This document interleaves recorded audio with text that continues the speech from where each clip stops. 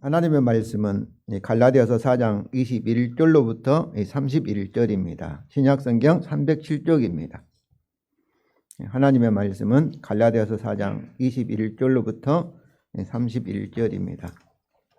신약성경 307쪽입니다. 교독하시겠습니다. 갈라디아서 4장 21절로부터 31절까지 교독하시고 제가 먼저 읽겠습니다. 내게 말하라. 율법 아래에 있고자 하는 자들아, 율법을 듣지 못하였느냐?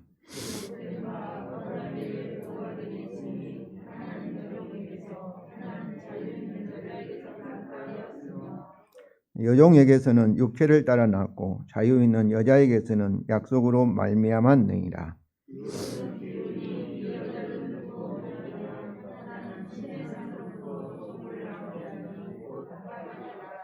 이 하갈은 아라비아에 있는 신의 산으로서 지금 있는 예루살렘과 같은 곳이니 그가 그 자녀들과 더불어 종노를 하고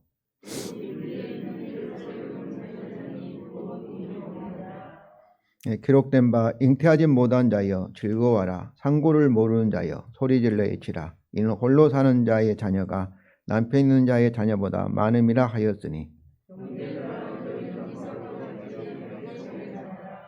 그러나 그때 육체를 따른 한 자가 성령을 따른 난 자를 파괴한 것 같이 이제도 그러하도다.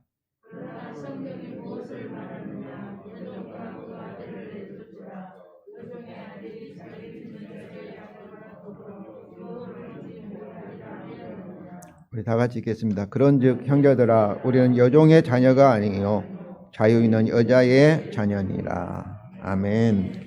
오늘은 새해 첫날이며 또 첫 주일입니다. 우리 새해 복 많이 받으세요가 새해 첫날에 우리 모든 사람들의 인사이며 또 우리 모두의 소원일 것입니다. 성도 여러분, 이것은 우리가 복을 받는 것이 아주 중요하다는 것을 말하고 있습니다. 사실 그렇습니다. 우리에게 복을 받는다는 것은 아주 중요합니다. 그래서 하나님께서 사람을 창조하신 후에 첫 번째로 하신 일이 곧 사람에게 복을 주신 것이었습니다. 창세기 1장 27절과 28절입니다. 우리 다 같이 읽겠습니다. 하나님이 자기 형상 곧 하나님의 형상대로 사람을 창조하시되 남자와 여자를 창조하시고 하나님이 그들에게 복을 주시며 하나님이 그들에게 이르시되 생육하고 번성하여 땅에 충만하라. 땅을 정복하라. 바다의 물고기와 하늘의 새와 땅에 움직이는 모든 생물을 다스리라 하시니라. 이 말씀처럼 사람을 창조하시고 어땠어요? 하나님이 그들에게 복을 주셨다. 그러면 하나님께서 그들에게 주신 복의 내용이 무엇이 하면은 생육하고 번성하여 땅에 충만하는 것입니다. 그리고 땅을 정복하고 바다의 물고기와 하늘새와 땅에 움직이는 모든 생물을 다스리는 것입니다.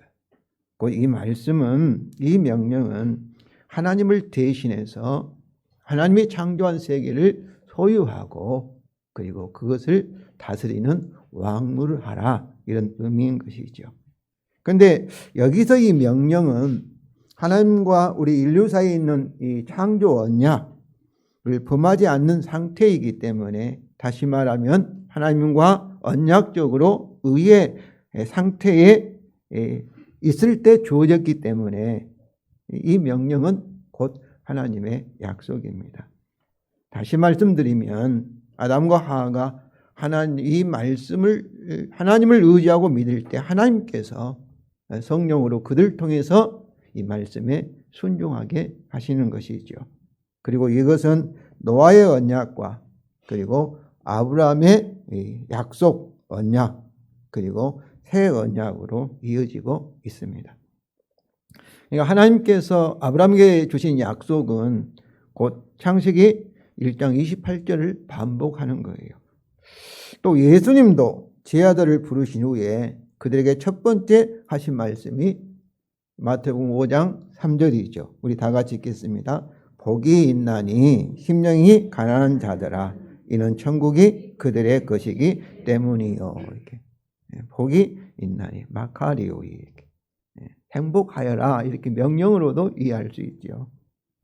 예수님은 그들에게 복이 있나니 이렇게 팔복이라 하지 않습니까? 그리고 또 한 번 이렇게 반복하면서 바로 예수님을 따르는 예수를 믿는 제자들, 곧 저와 여러분이 뭐라는 거예요? 우리에게 복이 있다. 복의 사람이라는 것을 강조하셨습니다. 그러므로 즐거워하고 기뻐하라. 이렇게 마태복음 5장 24절은 얼마나 기뻐하라는 거예요? 마치 춤을 추는 거지. 뛰면서 이렇게 팔딱팔딱 뛰면서 그렇게 기쁘게 살아가라. 그런 말씀이죠. 저는 우리 교회 예배가 이런 기쁨의 예배가 되기를 원합니다. 제가 이 예배 드릴 때 여러분이 무슨 공부하러 온 거 아니에요. 뭐 강의 들어온 거 아닙니다. 저는 설교를 목사 혼자 하는 것이 아니라 우리 성도들과 같이 공동체가 이미 알고 있는 복음을 또 우리가 끄집어내서 어때요? 아, 복음이 진리구나. 하나님께서 약속대로 하구나. 이것이 언약이죠. 이것을 갱신하는 거예요. 다시 한번 확인하고 그 언약대로 하실 것을 소망하고 또 믿고 그리고 즐거워하면서 또 이 언약, 우리가 이루어진 것을 생명의 빛을 세상 사람들에게 보여주면서 세상 사람들에게 이것을 소개하러 이제 파송받아 세상으로 나아가는 것이 곧 예배라고 생각합니다. 그렇기 때문에 제가 먼저 이렇게 다음 주 설교할 본문을 먼저 주보에 알려드리고 토요일에는 이렇게 거의 12시 전에 이 설교문을 우리 카톡으로 단톡방을 통해서 나가기 때문에 꼭 성도들이 먼저 읽어보시고 또 말씀을 읽을 때 묵상하시고 같이 준비하시고 또 이렇게 읽어보시고 또 그리고 이미 이곳에 나와서 같이 복음을 확인하는 그런 시간, 정말로 하나님께서 복음의 약속대로 내게 하실 것을 믿는 그리고 소망하는 그리고 성령을 통해 우리에게 나타나는 사랑의 열매를 우리가 경험과 체험을 통해서 복음을 알아가는 그런 공동체가 되기를 원합니다. 정말로 예수님은 복의 전도사입니다. 하나님도 복의 근원인 것이죠. 성도 여러분, 정말로 새해 복 많이 받으시기를 바랍니다. 그럼에도 불구하고 이처럼 복을 풍성하게 받아서 누리는 것이 중요한데 기복주의의 위험 때문에 우리 한국교회가 이렇게 경건의 능력이 상실해버리고 복음의 열매가 나타나지 않는 것은 기복주의 때문이다. 이런 비판을 받습니다. 그래서 예수의 복에 대해서 무시하고 또 극단적으로 거부감을 나타내는 그런 교회들도 있습니다. 기복주의는 현대주의 18세기 계몽주의 영향으로 눈에 보이는 세계, 공산주의도 계몽주의 영향으로 눈에 보이지 않는 영의 세계, 하나님의 세계를 무시해버렸습니다. 그 눈에 보이는 물질적인 세계만이 그리고 과학적으로 이렇게 이성적으로 판단하는 그런 세계관을 현대주의 또 계몽주의라 이렇게 말합니다. 그래서 보이지 않는 하나님 나라, 하나님 영의 세계는 예수 무시하고 눈에 보이는 물질, 오늘 말하면 황금, 돈 이것만을 최고로 이렇게 생각하는 복의 개념이기 때문에 비성경적입니다. 또한 기복주의는 복을 받는 방법에서도 잘못입니다. 하나님께서 창조 언약에 따라 의로운 자에게는 의인에게는 생명과 복을 주시고 그리고 죄인에게는 저주와 사망의 심판을 하십니다. 그러므로 하나님께서 창조 언약을 완전히 지킨 자에게만 복을 주신다는 사실을 무시하고 또 우리 스스로 이렇게 하나님의 율법을 다 지킬 수 없기 때문에 이제 하나님께서 예수 그리스도를 보내주셔서 우리를 대신해서 창조 언약에 따라 심판을 받게 하시고 우리를 대표해서 예수 그리스도의 십자가의 죽음을 통해서 창조 언약을 다 지키신 줄로 믿습니다. 그 결과로 믿는 우리에게 하나님께서 마치 예수 그리스도가 우리를 대표해서 했기 때문에 우리가 창조 언약을 다 지킨 의인이다. 하나님 앞에 흠도 없고 점도 없고 완전하고 거룩하고 하나님같이 의로운 자로 하나님께서 인정해 주셔서 우리에게는 그리스도 안에서 어떻게 하시는 거예요? 믿는 우리에게는 참으로 약속에 따라 언약에 따라 은혜의 언약에 따라 복을 주시는 것이 성경적인 방법이지요. 그런데 이런 사실을 이제 무시하고 알지 못하고 세상 사람들처럼 자기의 노력과 방법을 통해서 정말 의롭다함을 인정을 받으려 하고 복을 많은 복을 받으려고 하는 것은 이 기복주의가 성경적으로 잘못된 것이죠. 성도 여러분, 복을 받는 성경적인 방법을 바르게 이해하여 새해에 하나님 복을 풍성하게 받으시기를 바랍니다. 그래서 우리는 형제들아 너희는 이삭과 같이 약속의 자녀라는 말씀을 항상 이렇게 교회 주보에 이렇게 적어놨습니다.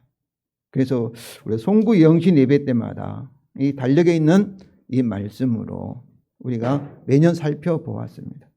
이는 우리가 약속, 우리 아브라함의 은혜 언약의 자녀, 그 복의 하나님의 아들이라는 사실을 믿고 복음을 믿고 하나님께서 우리에게 풍성한 복을 받기 위해서입니다. 성도 여러분, 오늘 본문을 통해 우리는 하나님의 약속의 자녀라는 사실을 다시 한번 확인하고 그 약속에 따라 더욱 충만한 복을 받는 새해가 되기를 원합니다. 바울은 복음으로 잘 성장하다가 율법주의자의 미혹을 받으려고 하는 갈라디아 성도들을 설득합니다. 21절에 우리 다 같이 읽겠습니다. 내게 말하라. 율법 아래에 있고자 하는 자들아 율법을 듣지 못하느냐. 여기서 율법 아래에 여기서 율법 아래에 있고자 하는 자들은 오직 복음의 약속을 믿음으로만이 아니라 율법을 지켜서 복을 얻으려고 하는 자들입니다. 우리 윤 집사님이 여호수아 1장 1절부터 10절인가 9절을 읽었는데 거기서도 뭐라고 얘기하고 있어요? 강하고 담대하라는 말씀도 있을 뿐만 아니라 율법을 뭐라 하겠습니까? 좌로나 우로나 치우치지 말고 율법을 잘 지키면 형통하리라. 이렇게 말씀이 있습니다. 이게 하나님의 말씀이에요. 그래서 이 말씀이 틀린 말씀이 아닙니다. 그 말씀대로 여러분이 율법을 좌로나 우로나 이 말씀은 완전히 지키면 형통하게 창조 언약에 따라 율법 언약에 따라 하나님께서 형통하게 하실 것입니다. 그런데 성도 여러분, 좌로나 우로나 완전하게 지킬 수 있는 사람이 있어요, 없어요? 없습니다. 이스라엘도 지키지 못하였습니다. 그래서 구약에 있는 성경 말씀이 율법 언약에 따라 그런 말씀이 있으면 성경 말씀이니까 이 말씀도 해서 복을 받자. 율법을 막 지켜서 복을 받자. 이렇게 생각을 할 거예요. 그렇지 않습니까? 우리 많은 성도들도 그런 거예요. 성경에는 하나님의 말씀이니까 이 말씀대로. 근데 그렇게 하는 것은 율법주의의 이단입니다. 사도 바울은 가는 곳마다 이 율법주의 이단과 교회 안의 이단과 싸웠습니다. 갈라디아 교회에서도 마찬가지고 골로새 교회에서도 마찬가지고 고린도 교회에서도 마찬가지입니다. 그러면 여기 율법 아래에 있고자 하는 자들은 어떤 거예요? 처음에는 바울이 전한 복음을 통해서 이제 즐거워하다가 예루살렘에서 온 유대주의자들이 복음만이 아니고 거기에다가 이 모세의 율법을 지켜야만이 의롭다함을 받게 되고 하나님이 더욱 기뻐해서 복을 많이 주신다. 이런 식으로 얘기를 한 거예요. 이런 사람들을 율법주의자라 이렇게 하는 거죠. 그러면서 율법을 듣지 못하느냐 이 말씀은 성경을 율법이라는 것이 모세 명령의 율법도 있고 십계명 같은 율법이 있고 그리고 이 창세기부터 이 출애굽기 모세 오경을 율법이라고 율법서라고 얘기합니다. 이렇게 토라 그렇게 얘기하는 거예요. 이게 성경을 정확히 이해했다면은 율법의 목적과 한계를 알았을 것인데 왜 이렇게 어리석으냐 하는 바울의 안타까운 질책입니다. 그래서 바울은 그들에게 설명합니다. 22절과 23절입니다. 우리 다 같이 읽겠습니다. 기록된 바 아브라함에게 두 아들이 있으니 하나는 여종에게서 하나는 자유 있는 여자에게서 낳았다 하였으며 여종에게서는 육체를 따라 낳았고 자유 있는 여자에게서는 약속으로 말미암았느니라. 이 말씀은 창세기에 있는 말씀이죠. 여기서 여종은 이 하갈, 사라의 여종인 하갈을 말하는데, 이 하갈은 아브라함의 약속과 상관없이 창조 언약의 저주와 사망의 권세 아래에 있는 우리 하갈입니다. 믿지 않는 세상 사람이라 볼 수 있어요. 언제를 가지고 태어나서 창조 언약에 따라 아담이 범한 죄의 결과로 저주와 사망 가운데, 하나님 심판 가운데 있는 사람이 하갈이죠. 자유 있는 여자의 자유라는 말은 아담과 하와도 원래는 어땠어요? 이 사라도 원래 하갈과 같이 언제를 가지고 율법의 저주와 이렇게 사망 가운데 있었습니다. 그런데 하나님께서 아브라함을 부르시고 그에게 약속을 하셨어요. 복의 사람으로, 사망과 저주의 사람이 아니라 또 이 구원받아 생명과 복의 사람이 되게 해주겠다. 이렇게 약속이 아브라함의 언약이죠. 약속이죠. 그래서 자유 있는 여자는 아브라함의 약속에 속한 여자, 창조 언약의 저주와 사망으로부터 자유 있는 사라입니다. 어떻게 아브라함과 이 사라는 이런 율법의 저주와 사망으로부터 자유하게 되었을까요? 아브라함의 후손이신 예수 그리스도를 통해서, 십자가의 죽음을 통해서 이들도 이렇게 자유하게 된 것이죠. 구원받았다 그 말씀이에요. 이것을 신학적으로 하나님께 세상을 창조하기 전에 성부와 성자와 하나님 사이에서 언약을 맺는데 그 언약을 구속 언약이라고 합니다. 우리 사람은 미래를 알 수 없잖아요. 또 과거도 잊어버리고. 그런데 하나님은 과거, 현재, 미래가 없습니다. 하나님은 시간을 초월해서 있는 거예요. 시간이라는 것도, 과거, 현재, 미래라는 시간이라는 것도 하나님이 세상을 창조할 때 시작된 거예요. 하나님이 영원하시다는 것은 하나님은 동시에 과거와 현재와 미래에 일어날까지도 하나님은 완전하게 아신다는 것을 여러분 믿으시기 바랍니다. 그러니까 전지하시는 거예요. 그래서 하나님이 사람을 창조하시면 우리 사람이 타락할 것, 범죄할 것을 아시고 미리 예비하셨어요. 그 예비가 성부와 성자와 성령 하나님 사이에서 하나님의 아들인 성자가 사람이 되셔서 성탄절에 예수님으로 오셔서 이미 아브람과 또 사라, 또 범죄한 아브람까지, 또 다윗까지 세상에 있는 모든 사람들 죄인을 위해서 십자가에서 창조 언약에 따라 심판을 받으시고 저주와 사망이라는 심판을 받으시고, 그리고 이제 예수 그리스도를 통해서 믿음으로 은혜로 참으로 의롭다 하시고, 그리고 그들을 구원하셔서 저주와 사망이 아니라 이제는 생명과 복의 사람으로 주시는 것으로 약속을 하셨습니다. 그렇기 때문에 하나님께서 아브라함 주신 약속은 다 뭐에 있는 거예요? 복의 약속은 다 아브라함 후손이신 예수 그리스도의 십자가의 대속의 근거에서 하나님께서 미리 약속을 하신 것입니다. 그렇지 않으시면 어떻겠어요? 하나님이 불의하신 분이 되는 거죠. 그렇지 않겠습니까? 그런데 여기서 보면은 창세기에 하면 여종의 아들 이스마엘은 육체를 따라 낳았고 자유 있는 여자 아들은 이삭은 약속에 따라 하나님에 의하여 태어났다는 겁니다.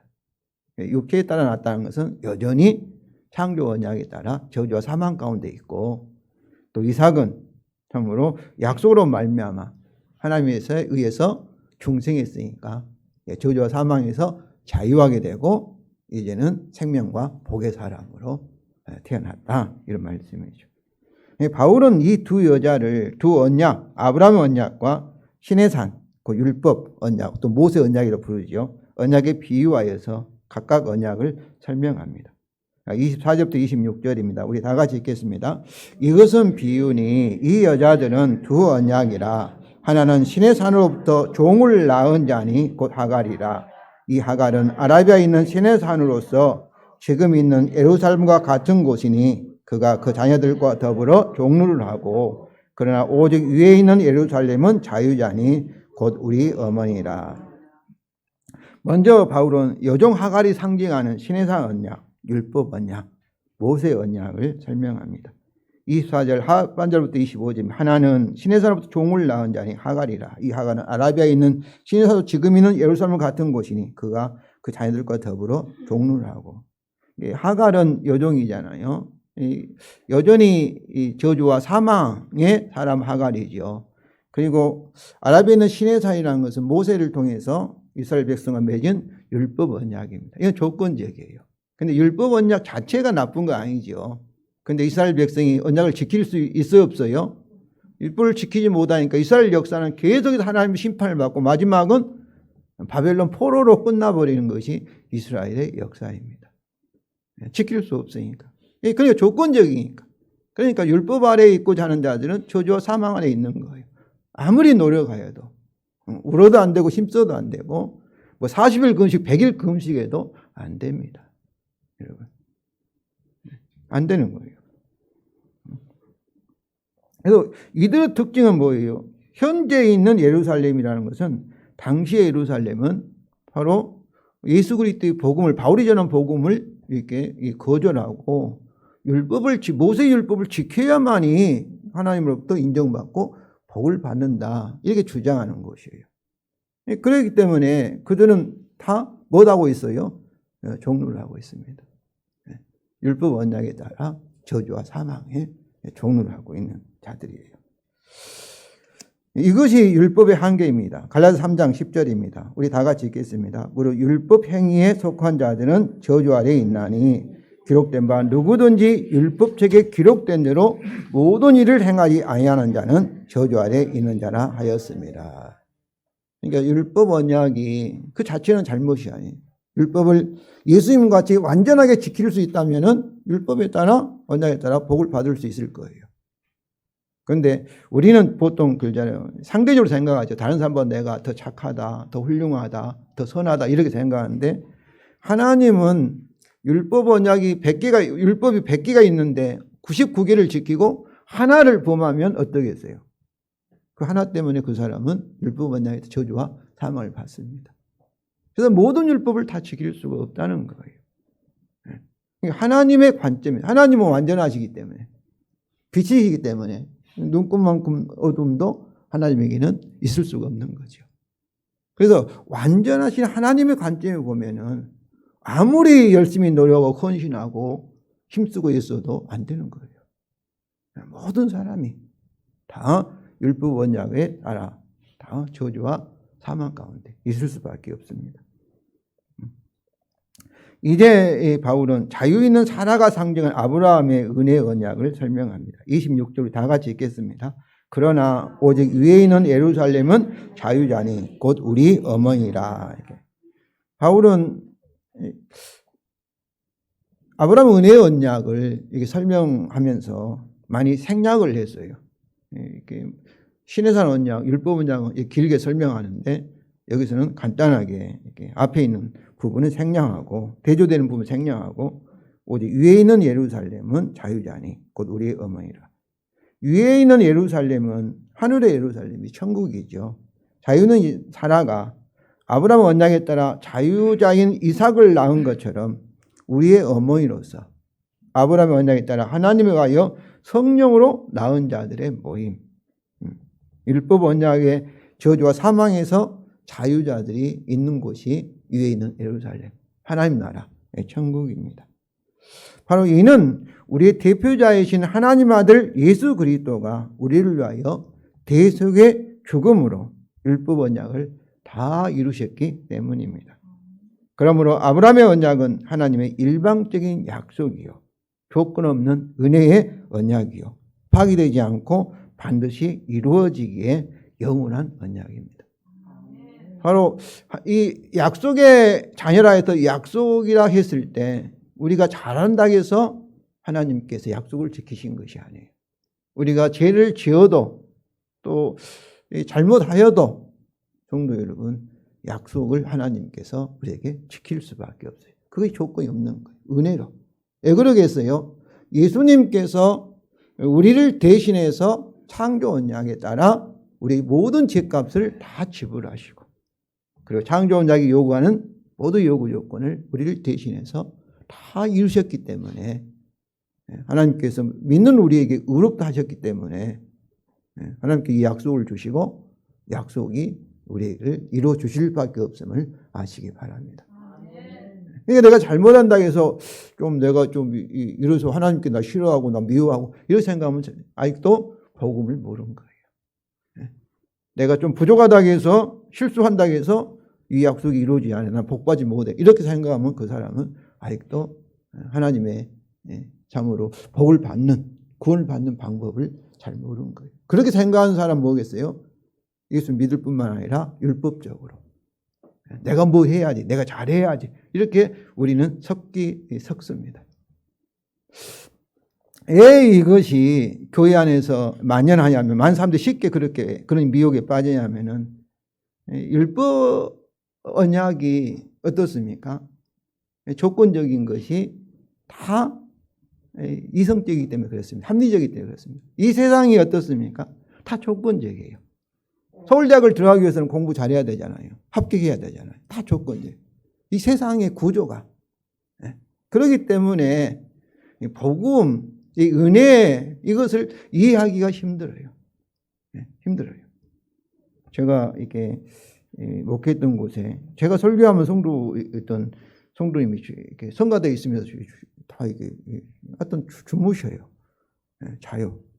설교 끝나면 또 눈을 뜨고 이렇게. 제가 그런 거 봤습니다. 근데 어떤 목사님이 참 이렇게 율법적인 설교를 하니까 그 성도님 눈이 번쩍 띄어가지고 아멘, 아멘 하는 것을 제가 보면서, 율법의 언약이라는 것은 논리적이고 이성적이기 때문에 마음에 믿어지는 거예요. 그렇구나 하고 속에서 고개를 끄덕끄덕 하는 거예요. 그러나 이 복음은 어떻습니까? 이 은혜의 언약, 이것은 뭐 죄를 지어도 뭐 잘못해도 부족해도 하나님이 복을 준다 하니까 성경이 목사가 말하니까 거짓말 아니겠지 하면서도 마음속에서 와닿지 않는 거예요. 합리적이지 않다, 이렇게 맞지 않는 얘기 같다, 이렇게 하기 때문에 졸리는 거예요. 근데 성도 여러분, 예수 그리스도 십자가를 생각하면은 복음만이, 아브라함의 언약, 은혜의 언약만이 참으로 그것이 진짜 이성적이고 합리적이고 절대 진리임을 여러분 아시기를 바랍니다.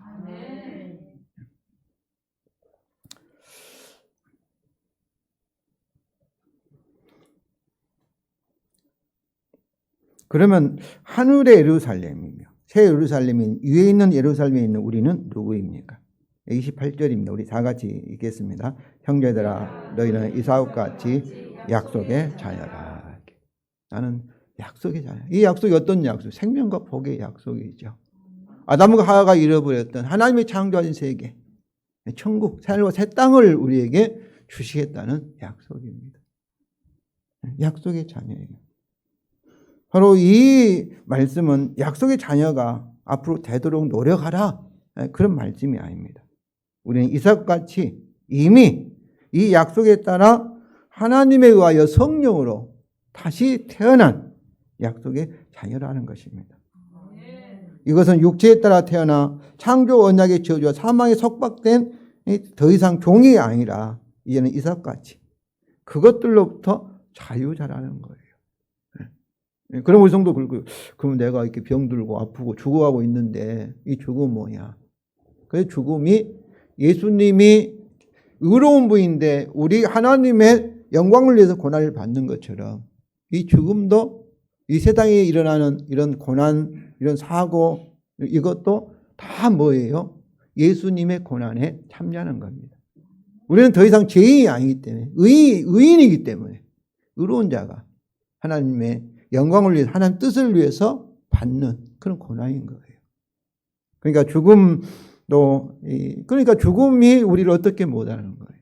하나님께 우리의 육체의 죽음을 통해서 더 큰 영광을, 우리의 구원을 완성하신 줄로 믿습니다. 아멘.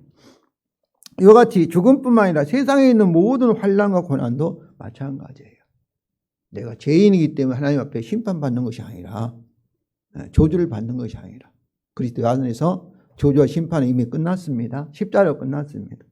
이제는 의로운 자가 이 세상에서 고난을 받는 거예요. 예수님처럼 가난한 것, 또 세상에서 병들고 아프고 사고를 당하는 것들, 이 모든 것도 예수님같이 하나님 뜻을 위해서, 하나님 영광을 위해서 거룩한 그런 고난임을 여러분 아시기를 바랍니다. 또한 이것은 이삭같이 아브라함의 언약에 따라 하나님의 유업은 복이지요. 축복을 받을 자라는 것입니다. 갈라디아서 3장 29절입니다. 우리 다 같이 읽겠습니다. 너희가 그리스도의 것이면 곧 아브라함의 자손이요 약속대로 유업을 이을 자니라. 이 말씀은 하나님의 아들이다 그 말이죠. 상속자라는 거죠. 성도 여러분, 아브라함을 통하여 우리에게 주신 하나님의 약속은 창세기 12장 2절과 3절입니다. 우리 다 같이 읽겠습니다. 내가 너로 큰 민족을 이루고 내게 복을 주어 내 이름을 창대하게 하리니 너는 복이 될지라. 너를 축복한 자에는 내가 복을 내리고 너를 저주하는 자에게는 내가 저주하리니 땅의 모든 족속이 너로 말미암아 복을 얻을 것이라 하시니라. 오늘 이 말씀은 우리가 창세기 1장 26절부터 27절, 28절을 읽었는데 28절 말씀을 반복한 거예요. 아담과 하와가 이 창조 언약을 범하여서 이제 그것을 지킬 수 없는데 이제 하나님께서 아브라함을 불러서 제2아담으로 세우셔서 그 말씀대로 하나님은 지킬 수 있도록 해 주시겠다는 거예요. 그래서 거기는 명령으로 되어 있지 않습니까? 여기는 약속으로 되어 있는데 여기에서도 명령이 있습니다. 너는 2절에 너는 복이 될지라. 복이 될지라. 빛이 있으라 하신 말씀처럼 아담과 사라에게 하나님 뭐라고 하신 거예요? 너는 복이 될지라. 복 자체가 될지라. 이렇게 축복하시는 거예요. 명령하시는 거예요. 빛이 있으라 말씀 하나님께서 말씀하시면 명령하시면 그대로 될 수밖에 없음을 믿습니다. 이 말씀은 누가 책임지는 거예요? 하나님께서 명령하시면은 성령을 통해서 반드시 이루시는 거예요. 그러니까 약속이 복의 약속이지 않습니까? 저와 여러분은 하나님께서 복 자체가 되게 만드는 거예요. 그래서 이것을 우리가 복이 충만하게 넘치면 어떻겠습니까? 나를 통해서 복이 흘러 넘치면 주위의 사람에게 흘러가는 거예요. 축복의 통로인 거예요. 그것을 12장 3절에서 글죠. 땅의 모든 주 너를 통하여 복을 얻을 것이라. 너는 복의 근원이 될 것이다. 이렇게 옛날 성경에 되어 있는데 번역해놨는데 여기서는 그렇습니다. 성도 여러분, 하나님의 창조의 명령에 따라 복의 사람, 복의 그 자체가 되시기를 바랍니다. 이것도 누구 때문에 그런 거예요? 예수님의 십자가 때문에 그렇습니다. 우리를 대표해서 우리를 위해서 우리를 대신해서 창조 언약을 다 이루셨기 때문에 이제 하나님께서 창조 언약에 따라 우리에게 너는 복이 될지라 이렇게 명령하시고 또 약속하시고 성령을 통해서 복의 사람으로 완성하실 줄로 믿습니다. 바울은 우리에 대한 이 진리를 결론적으로 다시 반복합니다. 31절입니다. 우리 다 같이 읽겠습니다. 그런즉 형제들아 우리는 여종의 자녀가 아니요 자유인은 여자의 자녀라. 그렇습니다. 여종의 자녀는 뭐겠어요? 온죄를 따라 세상의 저주와 사망 가운데 태어나서 이제 영원한 사망이 지옥으로 가고 있는 사람이 아니라 자유는 여자의 자녀라는 것은 우리를 대표하여 율법 언약을 그의 대속의 죽음으로 완성하신 예수 그리스도의 구속 언약에 근거하여 하나님의 은혜의 약속에 따라 성령으로 중생한 하나님의 아들이며 하나님의 약속에 따라 하나님의 유업을 받을 상속자가 되는 자유의 여자, 즉 이삭 같은 약속의 자녀라는 것입니다. 믿습니까? 네. 그래서 갈라디아서 4장 7절입니다. 우리 다 같이 읽겠습니다. 그러므로 내가 이후로는 종이 아니요 아들이니 아들이면 하나님으로 말미암아 유업을 받을 자니라. 아들이면 우리가 노력해서 유업을 받는 것이 아니라 하나님으로 말미암아 하나님께서 우리에게 주신 복음의 약속을 이루심으로 우리가 유업을 받을 수밖에 없는 거예요. 네, 그렇습니다. 우리는 약속의 자녀입니다. 하나님의 유업을 받을 수밖에 없는 하나님의 아들입니다. 우리가 이렇게 뭐 복을 받기 위해서 태어난 사람이라는 그런 또 이렇게 가스펠송 노래도 있는데 그 노래가 정확한 노래가 아닙니다. 틀렸어요. 우리는 원죄를 가지고 세상에 태어나기 때문에 복이 아니라 저주와 사망, 하나님 심판을 받기 위해서 세상에 태어났습니다. 그렇지만은 이 복음에 따라 하나님의 복을 받기 위해서 하나님에 의해서 성령으로 중생한 줄로 믿습니다.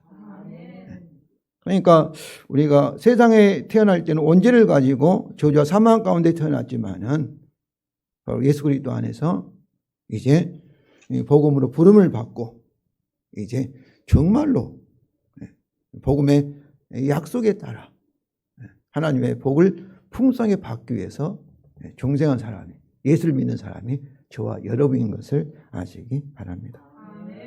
성도 여러분, 이것을 믿으시고 약속에 따라 새해에 정말로 풍성한 복을 받으시기를 바랍니다. 그러면 약속의 자녀로서 우리는 무엇을 하여야 할까요? 약속의 자녀로서. 첫째는 약속의 자녀라는 관점에서 자신을 알고 주위 환경을 해석하며 그리고 즐거워하고 기뻐하는 것입니다. 약속의 자녀라는 사실을 알고 즐겁게 사는 거예요, 여러분. 기쁘게 사는 거예요. 이 세상을 그런 관점으로, 복음의 관점으로 보는 거예요. 세상의 관점이 아니라 이것을 이렇게 이 성경적 세계관이라고 합니다. 성경적 세계관이라고. 이 부분이 안 돼 있어요. 우리 생각이 안 바뀐 거예요. 복음에 의해서 내가 누구인가? 복음에 의해서 내게 일어난 사건들을 어떻게 보고 해석할 것인가? 이런 부분이 안 돼 있어요. 예수를 믿는 것이 핵심이라고 합니다. 이 심자가 마음이 바뀐다 그것도 있지만 생각이 바뀐 거예요. 세상을 보는 생각이 바뀐 거예요. 이것이 안 바뀌었어요. 그러니까 세상은 똑같이 생각하고 똑같이 보고 똑같이 판단하고 그러니까 똑같이 행동하는 거예요. 똑같이 말하고. 정말로 이 약속의 자녀를 내가 알면은 이제 그 약속에 따라 내가 보는 거예요. 내가 안 좋은 일이 일어나면 어떻겠어요? 안 좋은 일이 일어나면은 그것이 하나의 메시지입니다. 내가 이거 잘못해도 저주받은 거 아닌가? 하나님이 심판받는 거 아닌가? 그렇게 우리가 생각하지 않겠어요? 그 소리는 뭐냐면은 무엇을 부인하는 것입니까? 이 약속을 부인하는 거예요. 그러니까 하나님의 약속이 진리입니까? 내가 좀 안 좋은 고난에서 고통 속에서 오는 그런 소리가, 그런 음성, 그 메시지가 거짓말입니까? 성도 여러분, 하나님의 복음의 진리와 반대되는 것은 다 마귀 소리인 것을 아시기 바랍니다. 목사가 했든지, 뭐 여러분, 뭐 꿈을 꾸다 했든지, 옆에 있는 친구가 얘기했든지, 다 이 복의 이 약속의 사람, 이것과 반대되는 소리는 다 거짓말이에요. 마귀의 거짓말입니다. 내 환경에서 오는 소리라든지, 누가 옆에서 당신은 복받지 못할 사람이야, 잘못하니까 하나님 저주를 받아, 이것은 다 거짓말이에요. 그런데 우리는 그런 거짓말을 많이 받아들여요. 그래서 교회에서도 보면은 잘된 것은 막 자랑하고 간증하고 하는데 안 되는 것은 또 잘못하면서 다 감춰요. 부족하면 감춰요. 왜 그러겠어요? 다 그 마음속에서는 다 그런 거짓말이 지배를 받기 때문에 그렇습니다. 자유함이 없는 거예요. 내가 뭐가 부족해서, 뭐가 잘못돼서, 뭐 잘못하니까 하나님이 나를 사랑하지 않는다. 이렇게. 태어날 때부터 부모에게 계속 너네 못 왔다. 너는 뭐 왜 그러냐고 책망받는 사람도 그것도 거짓말이에요. 그러나 예수 믿지 않는 사람은 그게 사실일 수 있어요. 그러나 그리스도 안에서 이 저주와 사망에서 자유하게 되어서 이제 하나님의 사랑을 받는 아들, 딸이 되어가지고 하나님의 복의 약속, 복의 사람, 생명의 사람, 이런 사람은 뭐겠어요? 다 이 약속에 의해서 그걸 봐야 돼요. 우리 육체의 죽음까지도, 마지막 원수의 죽음까지도 뭐로 봐야 되겠어요? 이 약속에 의해서 보는 거예요. 우리 죽어도 살겠고 이미 영생을 가지고 있고. 아멘입니까? 우리는 영원히 살리라. 이 약속에 의해서 그걸 보고 죽음을 조롱하고 죽음을 이겨내는 것이 저와 여러분인 줄로 믿습니다. 그래서 바울은 위에 있는 예루살렘, 즉 은혜의 약속의 자녀라는 것이 구약 성경에 계속 증거되었다고 주장하면서 이사야서 54장 1절을 인용하여 우리에게 권면합니다. 27절입니다. 다 같이 읽겠습니다. 왜냐하면 기록된 바 잉태하지 못한 자여 즐거워하라. 상고를 모르는 자여 소리질러 외치라. 이는 홀로 사는 자의 자녀가 남편 있는 자의 자녀보다 많음이라. 여기서 이사야 선지자는 그들의 죄악에 대하여 율법 언약에 따라 하나님 심판으로 바벨론 포로가 된 이스라엘을 뭐로 이렇게 비유하는 거예요? 아들이 없는, 자녀가 없는, 출산 없는 여인으로 비유합니다. 바로 이 아들을 낳는다, 낳지 못한다 이 말씀 무엇과 연결되어 있어요? 아브라함 언약 뭐였어요? 창대하게 되고. 네. 이 이름이 아브라함 언약이 뭐였습니까? 그리고 창세기 1장 28절에 충만하고 수가 많아지고 얘기 그러잖아요. 땅을 정복하고 이런 하나님의 명령과 아브라함 언약은 네 자손이 하늘에 있는 별처럼 많아지고 이런 말씀, 이런 약속이 있음에도, 언약이 있음에도 불구하고 그들이, 아브라함 후손들인 그들이 어떤 거예요? 자식이 없다는 것은 아브라함 언약이 그들에게 작용하지 않는다. 예, 그런 말씀이에요. 아브라함 언약이. 아브라함의 언약이 성취되지 못한 것을 말하고 있는 것이죠. 그래서 이사야 선지자는 바울은 2번 이렇게 인용하지만은 자식이 없는 것을 이사야 선지자는 3번이나 이렇게 잉태하지 못하며 출산을 경험하지 못한 자요, 이렇게 상고를 모르는 자, 이런 식으로 3번이나 반복하여서 그들의 비참함, 하나님의 복과 하나님의 약속과 참으로 상관이 없기까지 보이는 그들의 모습을 얘기하고 있습니다. 바울도 잉태하지 못한 자요, 상고를 모르는 자요, 이렇게 말하고 있죠. 그런데 자녀 없는 것을 큰 수치와 저주로 생각하여 아브라함의 약속이 이루어지지 않는 걸 생각하여 참으로 슬퍼하는, 애통해하는 여인에게 뭐라고 명령합니까? 이 선지자는 노래하라, 크게 외치라 이렇게 명령했다면 그것은 잔인한 일일 것입니다. 그들의 죄악 때문에 남편으로부터 받은 과부와 같이 하나님으로부터 심판을 받아 바벨론의 포로가 된 이스라엘에게 즐겁게 노래하라, 명령하라는 것은 마치 조롱하는 것과 같을 것입니다. 그렇지 않겠어요? 그러나 이사야 선지자는 바벨론 포로가 된 그들에게 즐거워하라, 그리고 소리질러 외치라. 얼마나 큰 기쁨으로 이렇게 외치라고 명령합니다. 우리말 성경에는 즐거워하라고 능동으로 번역되어 있지만 원문에는 기쁘게 되라, 되라 수동형입니다. 이것은 기쁘게 될 수밖에 없다는 거예요. 그러니까 노래를 할 수밖에 없다는 거예요. 성도 여러분, 정말로 복음을 알고 정말 그걸 믿으면은 기뻐할 수밖에 없는 줄로 믿습니다. 그럴 수밖에 없어요. 잘 될 수밖에 없어요. 우리 인생은 정말 성공이 보장되어 있는 거예요. 지금은 잠깐입니다. 기껏 해봤자 100년이에요. 저도 이제 60세가 넘었는데 제가 뭐 10년 더 살지 20년 더 살지 모르겠어요.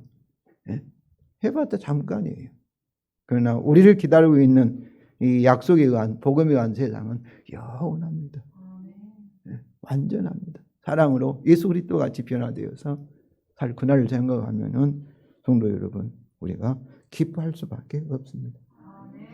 그러면 이사야 선지자는 그들에게 즐거워하라, 기뻐하라, 또 이렇게 크게 외치라 이렇게 말하고 그 이유를 말합니까? 그 이유가 이사야서 54장 1절입니다. 이는 홀로 사는 자의 자녀가 남편 있는 자녀보다 많기 때문이다. 홀로 사는 자, 과부가 어떻게 자식을 낳을 수가 있어요? 우리 이성적으로, 자연적으로는 불가능한 일이지요. 어떻게 이것이 가능합니까? 아기를 낳을 수 없었던 사라가 또 아기를 낳을 수 없는 아브라함이 약속에 따라 이삭을 낳은 것 같이 바벨 포로로 다닌 이스라엘도 하나님의 언약에 따라 하나님께서 그들에게 그 약속을 참으로 지키셔서 더 많은 전복을 받을 수 있다는 것입니다. 이것을 위하여 여호와의 고난의 종의 노래가 이사야서 53장에 있습니다. 그러니까 54장에 있는 이 54장, 55장 이 말씀은 다 여호와의 종이 우리를 대신해서 죄를 짊어지시고 대신 고난을 받으셨기 때문에 그렇습니다. 신약성으로 말하면 예수님이 우리 모든 죄를 짊어지고 십자가에서 하나님으로부터 심판을 받으셨기 때문에 그렇습니다. 이사야서 53장 5절과 6절입니다. 그가 찔림은 우리의 허물 때문이요 그가 상함은 우리의 죄악 때문이다. 그가 징계를 받음으로 우리는 평안을 누리고 그가 채찍에 맞음으로 우리는 나음을 받았도다. 우리 다 같이 읽겠습니다. 우리는 다 양같아 그릇 행하여 각기 제 길로 갔거늘 여호와께서는 우리의 모든 죄악을 그에게 담당시키셨도다. 성탄절에 오신 하나님 아들 예수 그리스도에게 우리 모든 죄악을 짊어지게 하시고 창조 언약에 따라 우리를 대신해서 저주와 심판을 받게 하신 것입니다. 그렇습니다. 하나님께서 우리 모든 죄악을 그에게 담당하게 하셔서 우리를 대신하여 창조 언약에 따라 죽음의 심판을 받게 하셔서 우리에게 창조 언약을 다 이루는 의의 신분을 주셨기 때문입니다. 이것에 근거하여 하나님께서 창조 언약에 따라 우리에게 생명과 복의 약속을 주시고 그리고 반드시 하나님께서 그 약속대로 우리에게 생명의 길로 의의 길로 인도하시고 이 약속을 완성하실 것을 믿으시기 바랍니다. 그러면 성도 여러분, 우리는 이 하나님의 이 약속의 이 관점에서 모든 것을 보시기 바랍니다. 잉태할 수밖에 없는 상황, 바벨론 포로에 대한 상황, 현재 우리의 어떤 고난의 상황을 하나님의 복음의 관점에서 바라보시면서 그러면 어떠겠어요? 우리는 약속에 따라 생명과 하나님께서 복을 주실 것이다. 이렇게 우리가 안다면은 믿음으로 기뻐할 수밖에 없고 소망 가운데 크게 애칠 수가 있습니다. 왜냐하면 우리가 약속의 자녀가 되었기 때문입니다. 둘째는 약속의 자녀인 우리는 핍박과 고난을 경험할 수 있다는 사실을 알아야 합니다. 29절이죠. 그러나 육체를 따라 난 자가 성령을 따라 난 자를 파괴한 것 같이 이제도 그러하도다. 이삭이 이스마엘에게 파괴를 받은 것 같이 갈라디 교회 성도들도 그랬습니다. 마찬가지 우리도 이 세상에서 고난을 당할 수 있습니다. 왜냐하면 이 약속이 아직 완성되지 않았기 때문입니다. 로마서 8장 17절입니다. 우리 다 같이 읽겠습니다. 자녀이며 또한 상속자 곧 하나님의 상속자요 그리스도 함께한 상속자니 우리가 그와 함께 영광을 받기 위하여 고난도 함께 받아야 할 것입니다. 그러면 약속의 관점에 따라서 우리의 핍박과 고난을 해석하시고 믿음으로 기뻐하게 되시며 즐거워하시기 바랍니다. 셋째는 죄의 저주와 사망에서 우리를 자유하게 하는 유일한 하나님의 복음을 믿는 데에 걸림돌이 되는 어떤 이론이나 방법을 교회에서 단호하게 거부하여야 합니다. 30절입니다. 우리 다 같이 읽겠습니다. 그러나 성경이 무엇을 말하느냐? 여종과 그 아들을 내쫓으라. 여종의 아들이 자유는 여자의 아들과 더불어 유업을 얻지 못하리라 하였느니라. 네, 그렇습니다. 육체에 따라 행하는 자들은 성령을 따라 행하는 약속의 자녀와 결코 공존할 수 없습니다. 그들은 저주와 사망의 사람이고 우리는 그리스도 예수 안에서 영생과 생명과 복의 사람이기 때문에 그렇습니다. 특히 하나님의 말씀이 율법을 성경이 있다고 해서 하나님의 말씀이라고 해서 복음과 동등하게 취급하면 안 됩니다. 그러니까 구약 성경을 읽을 때는 다 십자가의 복음의 관점에서 구약을 재해석을 해야 합니다. 이것은 율법주의 이단입니다. 율법은 복음을 섬기는 종입니다. 율법은 우리가 어쩔 수 없는 죄임을 깨닫게 하며 오직 예수 그리스도에게 인도하는 초등교사, 종로 안내자 역할을 하는 것이죠. 이것이 율법의 목적입니다. 그러면 성도 여러분, 약속의 관점에서 율법과 우리의 노력과 헌신을 해석하시고 오직 약속만을 믿고 그것에 근거하여 소망하며 즐거워하시기 바랍니다. 우리 이삭과 같이 약속의 자녀입니다. 예수 그리스도의 대속의 은혜 때문에 그렇습니다. 그리스도의 복음의 근거 하나님의 약속은 일방적이며 조건 없는 약속입니다. 이 약속은 은혜의 언약이며 영원한 언약이며 새 언약입니다. 성도 여러분, 이 약속은 천지가 흔들려도 파기될 수 없고 반드시 우리에게 이루어질 수밖에 없습니다. 그러므로 현재 우리의 자신과 환경을 이 복음의 관점에서 보시고 해석하시기 바랍니다. 기뻐할 수밖에 없으며 즐겁게 노래할 수밖에 없을 것입니다. 이 약속을 믿는 데 방해되는 어떤 이론이나 방법도 추방하시기 바랍니다. 이 복음의 약속입니다. 우리가 해야 할 일은 이 복음의 약속을 믿고 주님을 의지하며 기다리며 그리고 기도하는 것입니다. 이 약속을 우리에게 이루시는 것은 이제 하나님의 언약적인 의무입니다. 이것을 하나님께 지키지 않으시면 하나님께서도 언약적인 저주를 받으실 것입니다. 그러므로 이 약속은 복음의 약속은 반드시 죽었다 깨어나도 저와 여러분에게 이루어질 수밖에 없습니다. 그러면 성도 여러분, 우리는 약속의 자녀입니다. 우리는 예언자요, 선지자요, 우리가 제사장이요, 왕입니다. 우리가 새해 맞이해서 예언자로서, 선지자로서 하루에 3번 이상 복음의 약속을 자신에게 예언하시기 바랍니다. 그리고 다른 사람이도 복음의 약속으로 축복하시고 예언하시기 바랍니다. 성도 여러분, 새해의 복음의 약속에 따라 하나님의 복이 여러분과 가정에 충만하게 주님의 이름으로 축원을 드립니다.